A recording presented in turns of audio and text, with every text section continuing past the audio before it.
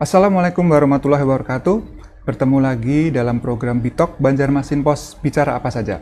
Kali ini Banjarmasin Pos akan mengangkat satu tema yang cukup menarik berkaitan dengan kesiapan Kalimantan Selatan dalam keberangkatan haji di Juni 2023 mendatang. Bersama kami sudah hadir Bapak Kepala Kanwil Kemenak Kalimantan Selatan, Pak Tamrin. Okay. Selamat sore, Pak. Selamat sore. Alhamdulillah. Assalamualaikum warahmatullahi wabarakatuh. Waalaikumsalam warahmatullahi wabarakatuh. Sehat, Bapak? Alhamdulillah sehat. Terima kasih, Pak. Ini sudah menyempatkan waktu di tengah kesibukan persiapan pelaksanaan ibadah haji nanti, Pak, ya. Langsung aja, Pak. Haji ini cukup menarik dalam pengertian bahwa karena Kalsel merupakan salah satu yang terbanyak ya, calon jemaahnya.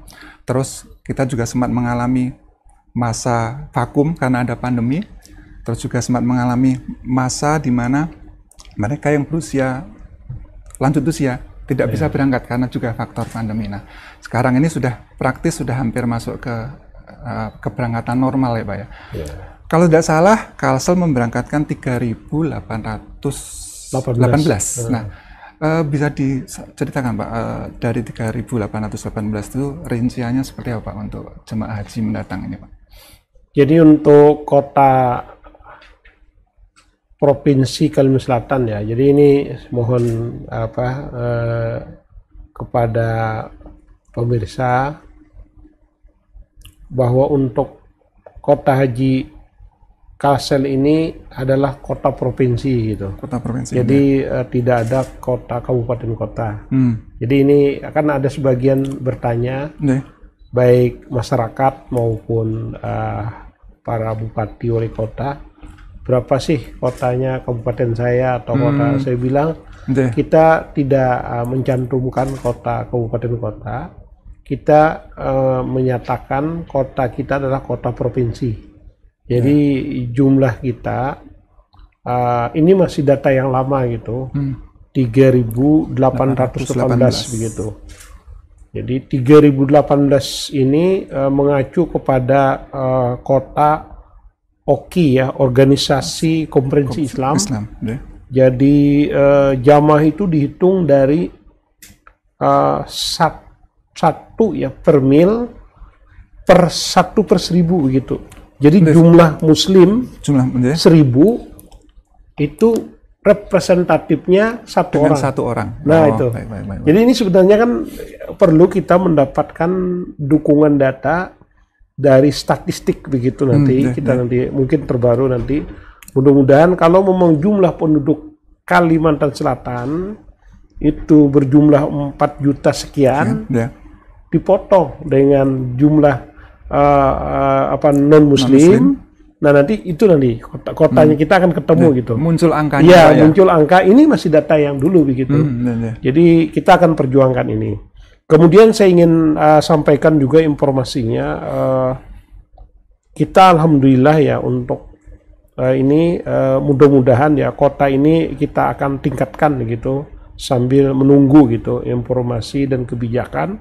Khususnya kita menunggu dukungan kebijakan dari Menteri Agama Bapak Yakut Holil Khomas beserta Pak Dirjen PHU untuk mendukung kota Kalsel yang yang lebih besar lagi. Yang lebih besar begitu. Jadi karena waiting list kita kan juga terpanjang ya di Indonesia untuk per provinsi begitu. Jadi per provinsi ya. Jadi ada kabupaten yang lama gitu, tapi untuk provinsi kita memang yang termasuk panjang gitu dan lama gitu, 36 tahun begitu, 36 tahun begitu. Dan dari 3.818 kota haji Kalsel ini itu terdiri dari kota jamaah itu berjumlah 3.683 Pak. Itu untuk jamaahnya ya, Pak. Nah, kemudian lansia itu 161. Nah, ini kan ada lansianya begitu. Nah, jadi kemudian pembimbing Kabiyahu itu berjumlah 11 orang begitu, 11 orang. Kemudian petugas haji daerah 33. Nah, 33 itu ya maksudnya dari 3.818 begitu. Sehingga jumlahnya 3.818 untuk jamaah Kalsel begitu. Ya. Oke. Tadi kan kalau disampaikan masih ada update data lagi juga. Kebetulan Kalimantan Selatan sampai saat ini masih termasuk tertinggi nih Pak Kalsel yang kuotanya Pak ya. Artinya kan ke depan sebenarnya masih ada kemungkinan Kalsel juga kuotanya akan terus bertambah lagi Pak, tidak hanya 3.818 ini Pak ya. Nah, satu kan kita harus diiringi dengan data dukung Data dukung itu ya jelas dari data statistik yang kita ketahui nanti berapa jumlah penduduk Kalsel. Kan saya sudah sampaikan rumusnya yang per mil ya, tadi. 1 per mil per 1.000 kan gitu. Nah, itu berarti jumlah penduduk Muslim Kalsel itu 3.800.000. Nah, itu kan yang representatif mewakili begitu. Sehingga lahirlah kota kita itu 3.818. Nah, jadi nanti dari data kota ini mudah-mudahan kalau nanti ada penambahan, nah itu perlu saya dapat data dukung gitu. Nah, jadi mudah-mudahan begitu. Jadi karena tahun 2022 kemarin itu kan 50% yang berangkat haji begitu, berangkat haji. Sehingga 2021 kan tidak melaksanakan keberangkatan haji untuk Indonesia. 2020 juga tidak melaksanakan keberangkatan, tapi proses haji itu tetap dilaksanakan itu untuk Arab Saudi begitu. Cuma karena kondisi COVID, nah itu posisinya untuk Indonesia dan Kalsel tidak mengirim begitu. Itu yang harus kita ketahui. Berarti itu masuk dari segi kesehatan, kemudian adanya suatu virus bencana secara internasional global, ini menjadikan istitoahnya tidak masuk begitu, maksudnya dia kategori berbahaya berangkat haji. Jadi istitoah itu saya mau izin ya supaya ini lebih ini. Istitoah itu bisa diartikan dengan kemampuan untuk berangkat haji. Jadi satu kemampuan bagaimana dia secara biaya. Secara biaya. Kemudian istitoah dia juga kemampuan ilmu manasik hajinya. Nah, jadi dia mampu, tapi ilmu manasik hajinya juga harus masuk. Kemudian istitoah juga adalah dinyatakan dia sehat untuk pribadinya atau dinyatakan sehat untuk keberangkatan internasional. Nah, ini jadi ini kan berarti ada generalisir dari ketentuan pihak yang berwenang, apakah itu kerajaan Arab Saudi atau dari Kementerian Agama atau Kementerian Kesehatan Republik Indonesia. Nah, kemudian lagi istitoah itu juga kemampuan dia juga meninggalkan anak-anaknya, keluarganya yang ditinggalkan. Nah, jadi luas begitu. Itu Pak, terima kasih. Baik, terus dari 3.818 tadi terdiri dari berapa kloter Pak? Karena kalau tidak salah Kalteng pun juga ikut di sini Pak ya? Iya, betul. Embarkasinya Pak. Jadi kami laporkan, jadi kloter artinya kelompok terbang. Jadi kepanjangan dari kelompok terbang disebut dengan kloter. Jadi dulu sebelum tahun 2019 itu kelompok terbang kita jumlah penerbangan dalam satu kloter itu 325 jamaah satu penerbangan. Nah, jadi sekarang alhamdulillah dianggap runway untuk bandara Banjarmasin, embarkasi Banjarmasin itu boleh pesawat berbadan sedang. Jadi kita akan memberangkatkan dalam satu kloter 360. Jadi sudah lebih. Jadi agak lebih gitu. Lebih sehingga nanti tidak panjang lagi, ada 14 kloter kemarin. Nah sekarang ini hanya 10, sekian. Jadi nanti kloter terakhir mungkin diberangkatkan langsung ke Jakarta gitu. Jadi sekarang kita kelompok terbang kita sebanyak 10 kloter Kalimantan Selatan dan Kalimantan Tengah itu melewati embarkasi Banjarmasin terus ke Jeddah King Abdul Aziz atau dia nanti ke Madinah. Tergantung nanti gelombangnya, Pak. Oh gitu ya. Berarti otomatis memang sudah biasanya satu kali penerbangan sudah bertambah ya Pak, tidak lagi seperti dulu yang karena jumlahnya kapasitas pesawatnya katakan kecil juga harus berulang kali seperti itu. Ya, jadi ini agak pertama sudah. Memotong, jadi asalnya 14 kloter menjadi 10 setengah gitu ya, 10 setengah kloter.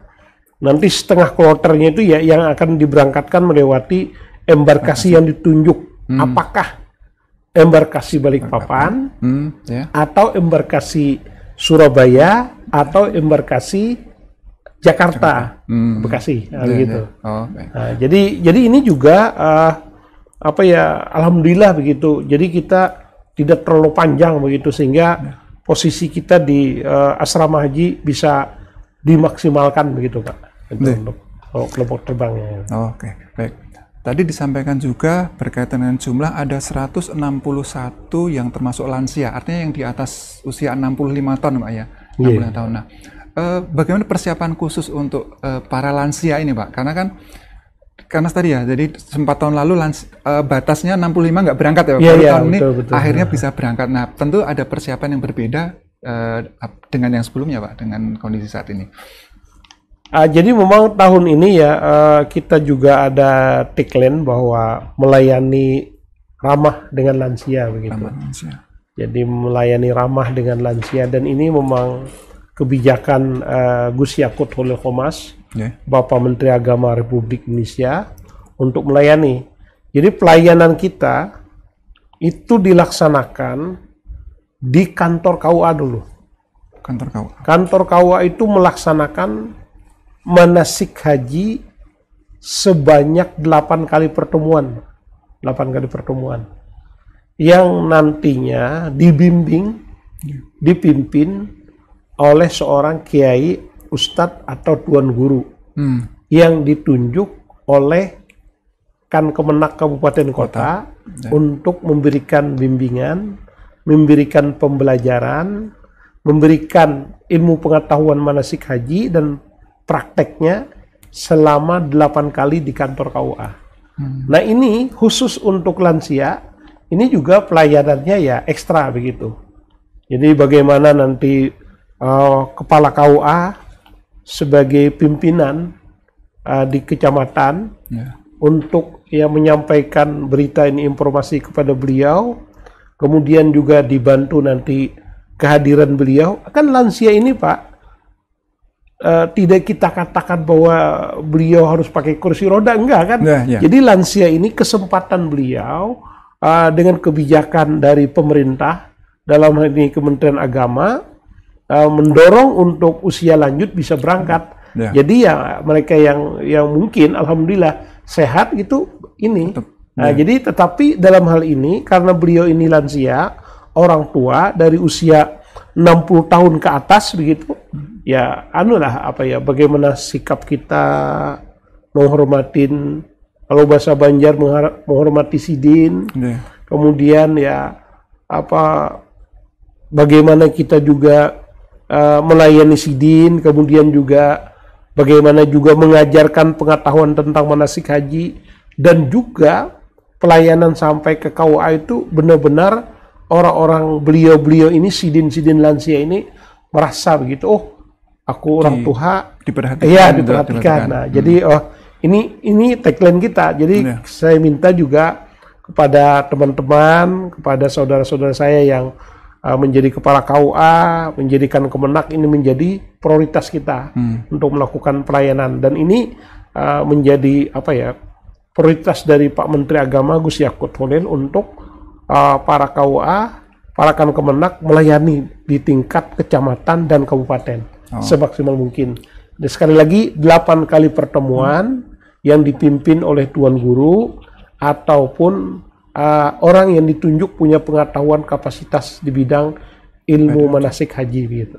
Baik. Dan ini memang sudah menjadi program dari Kementerian Agama. bukan mandiri. Ini memang kewajiban Kementerian Agama 8 kali di kantor KUA pertemuannya dan 2 kali di kabupaten kota gitu. Baik.